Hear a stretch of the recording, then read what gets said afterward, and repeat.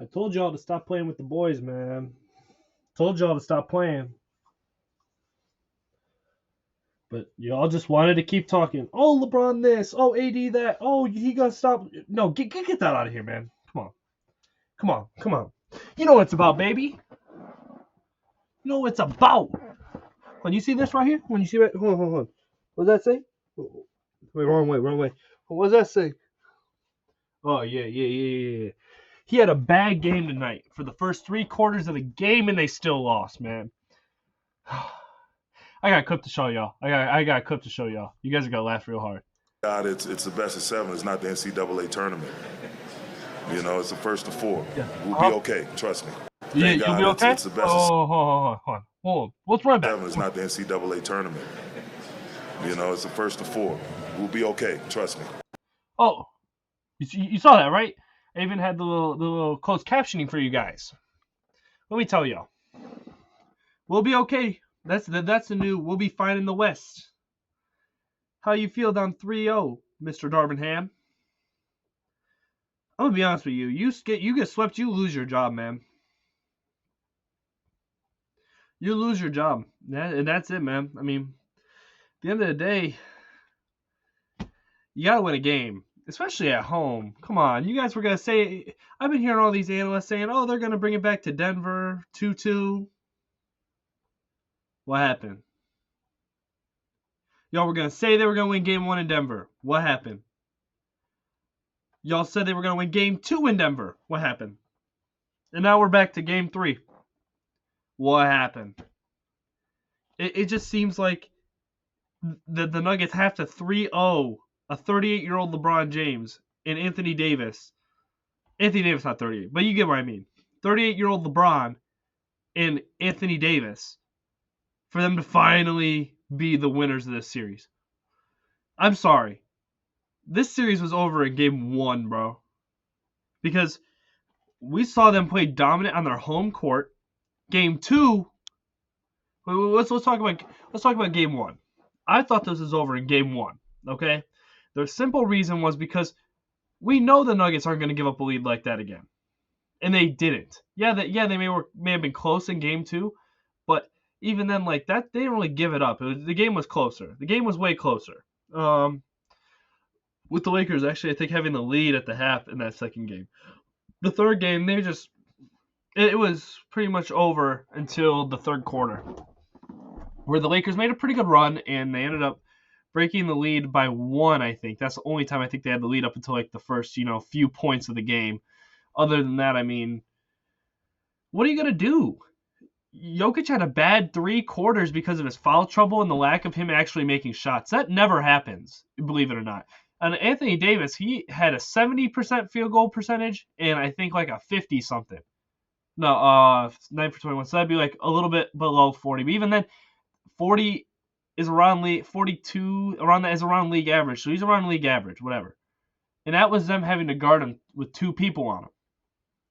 This game, you get Jokic with 4 for 14 in the first 3 quarters. You let him heat up. He had 9 points. You let him have 22. In the fourth quarter that everybody says Jokic couldn't score because of how the Lakers were playing. Man. Shout out Jamal Murray, man. He really kept this team together this game. He was MVP of this game. When Jokic wasn't playing well, he stepped up. That's what they got to do. Shout out to Bruce Brown for having another solid performance, even though he got into foul trouble. He had 5 fouls, so he was pretty close to fouling out, but I wasn't really worried because there was 5 minutes left in the game. They could have put Christian Brown in. They could have put KCP back up, and then they would have had to run Jeff Green. There's a lot of things they could have done. Aaron Gordon has not really been a factor in this series, so whatever. Michael Porter Jr., shout out to him for hitting a couple big shots. He was pretty inefficient like he normally is, but at the end of the day, I mean, you just got to shout out KCP, man. Well, let's go to the reference, man. It pulls up right to my boy, actually, believe it or not. We want to go to the actual. We will go to scores. They don't have them updated, so we're gonna have to go find Nuggets game 3 stats. Sometimes you just gotta use ESPN. Okay, let's look. No, I don't want this. Was this the game? Is this the game right here? Yep, this is the game. Okay. Yep, right here. Okay, so let's look. So field goal percentage, they were about 5%. They were up 8%. No, 10% at 3-point, which is pretty much all in the second half. The Lakers were turning over a lot more, and actually, for once, the Lakers actually out-rebounded the Nuggets. So shout out to them, and that was because Jokic was in foul trouble. Let's go to the actual box score, and let's see where everybody was at. So Aaron Gordon, 7 points, 4 assists, whatever. Michael Porter Jr. had some big shots. He was 4 for 11, pretty inefficient, but that's just how he is. And he had some big clutch time threes, which is what we need from him. Having 6 assists was huge too, because Jokic only had 8, which is crazy to say he only had 8. He finished with 24 points. I know he had 4 fouls, but at the same time, they were putting a lot of pressure with him on AD, and it's just not his matchup. Yeah, he's been playing pretty okay on defense when it comes to Anthony Davis, but I don't really expect him to do that. You know what I'm saying? That's not really his job. Him having 8 assists and 6 rebounds, that's a low game for him. It's because he was out of the game most of the time. He finished with 9 for 19, so it's a little bit below 50%. I can actually pull it up for you guys right now. Hold on. Let me pull out my trusty little calculator. I'm not very good at this stuff, so give me 1 second. So that'd be 9 divided by 19. He was 47% from the 3, which is pretty cool. He finished pretty good. So, definitely above league average, like I didn't think it was. And Jamal Murray, man, above 50%, playing 42 minutes, with him just being with 7 rebounds, just outworking everybody, 2 steals. Good for him, man. And Caldwell Pope, 17 points. He was huge in this game. I don't think you guys understand. If you guys were watching this game, you guys would see how good he was in this game. Jeff Green hit a big 3 at the end. Yeah, he played 23 minutes, which I didn't even think he played that much, but shout out to him. Because he ended up having a really big 3 and grabbing a couple big boards at the end. Bruce Brown being another reason why he was one of the best steals in the off season. It's a very good series for him. So, and very good postseason for him as well. Really hope the Nuggets bring him back because he's been such a good player for this team. Let's start with the obvious here. Anthony Davis had 18 rebounds, out-rebounded Jokic, and yes, it's because he was out of the game. But even then, he wasn't out for that much, so they just had to play him in spots where AD was playing, And shout out to AD, man, playing 42 minutes and playing with 28 points. Pretty good. And holding Jokic pretty well. I mean, watching him play and roaming, and even when he was on ball on Jokic, he played pretty good defense. So shout out to Anthony Davis. This series is really not his fault, if I'm being honest with you. Jared Vanderbilt, nothing to say here. He was pretty much a slog all game. We'll get to LeBron last. And D'Lo we'll talk about too. Austin Reeves, another great performance. I hope they sign him in the offseason. He deserves it. Shout out to him for having a big second year and having a big game. Rui Hachimura had a pretty nice game. Yeah, he wasn't as good as he was game 2, but game 3, pretty decent. 13 points off the bench.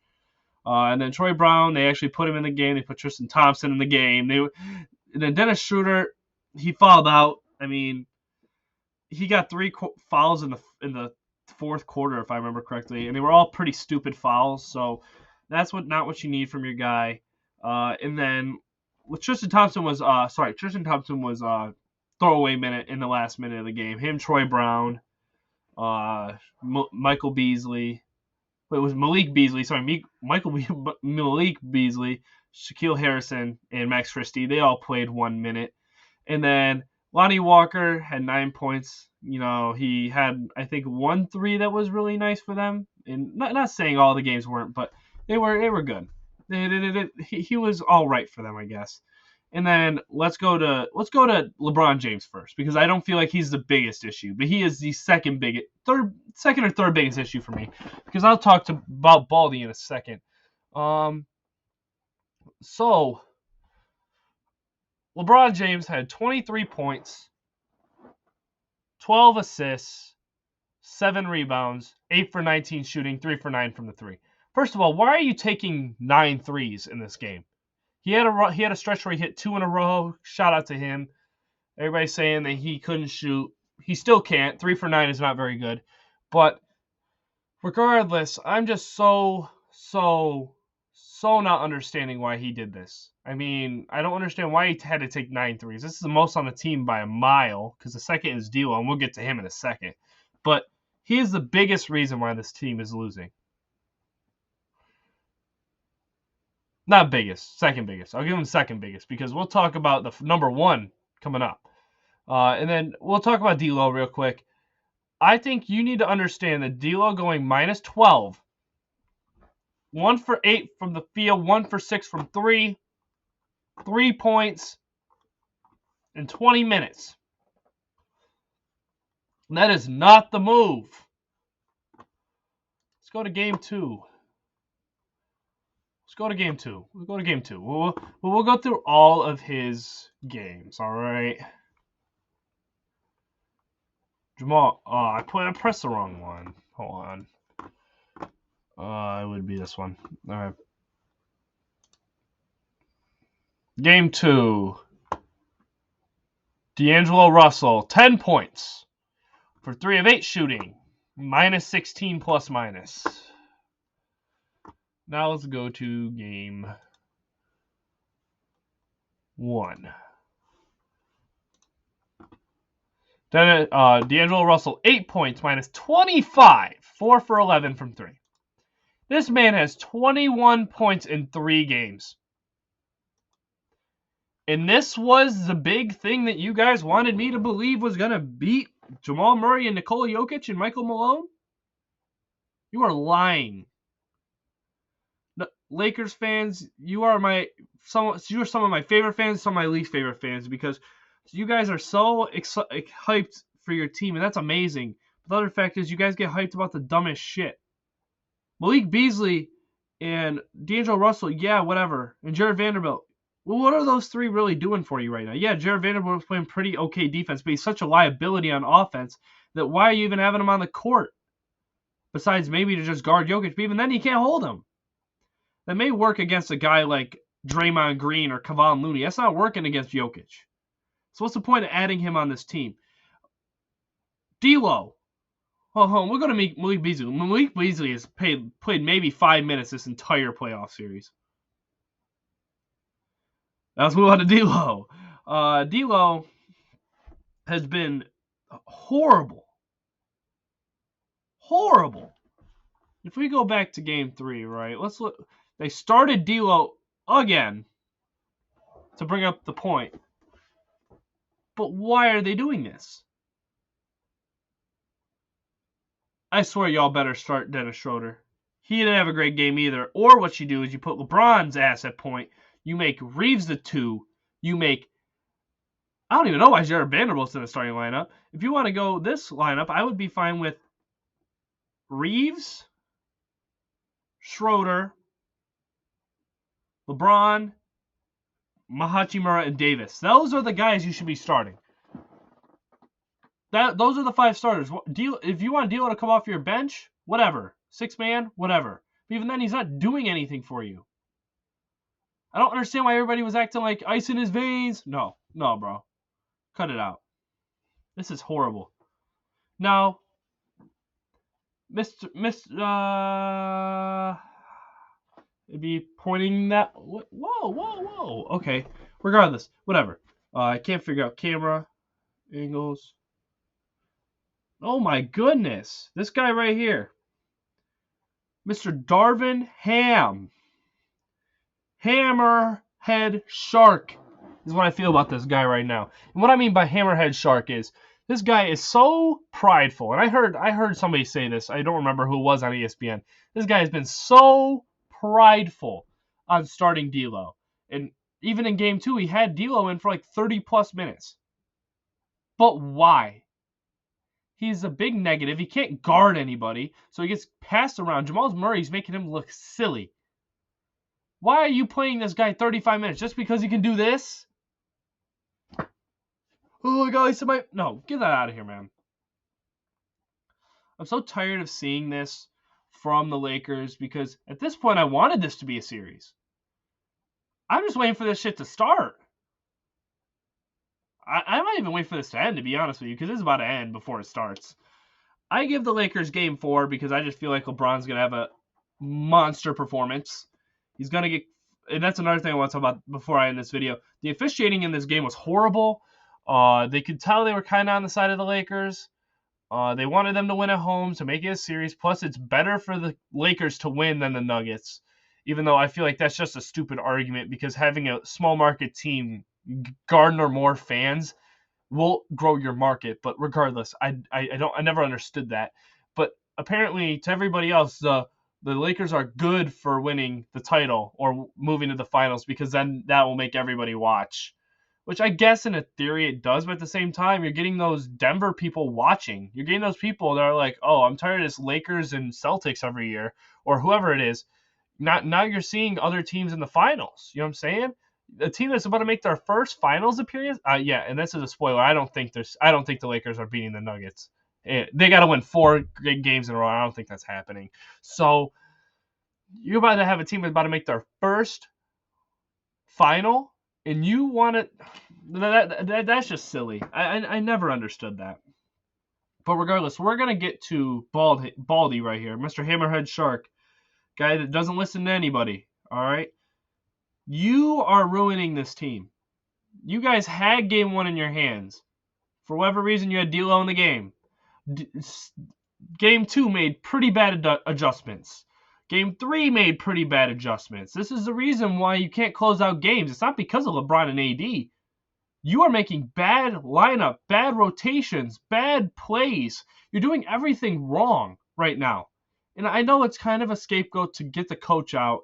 And I understand to a degree it has to be on LeBron and AD. And it definitely is. I would give it probably 25% to LeBron and probably 10% to AD.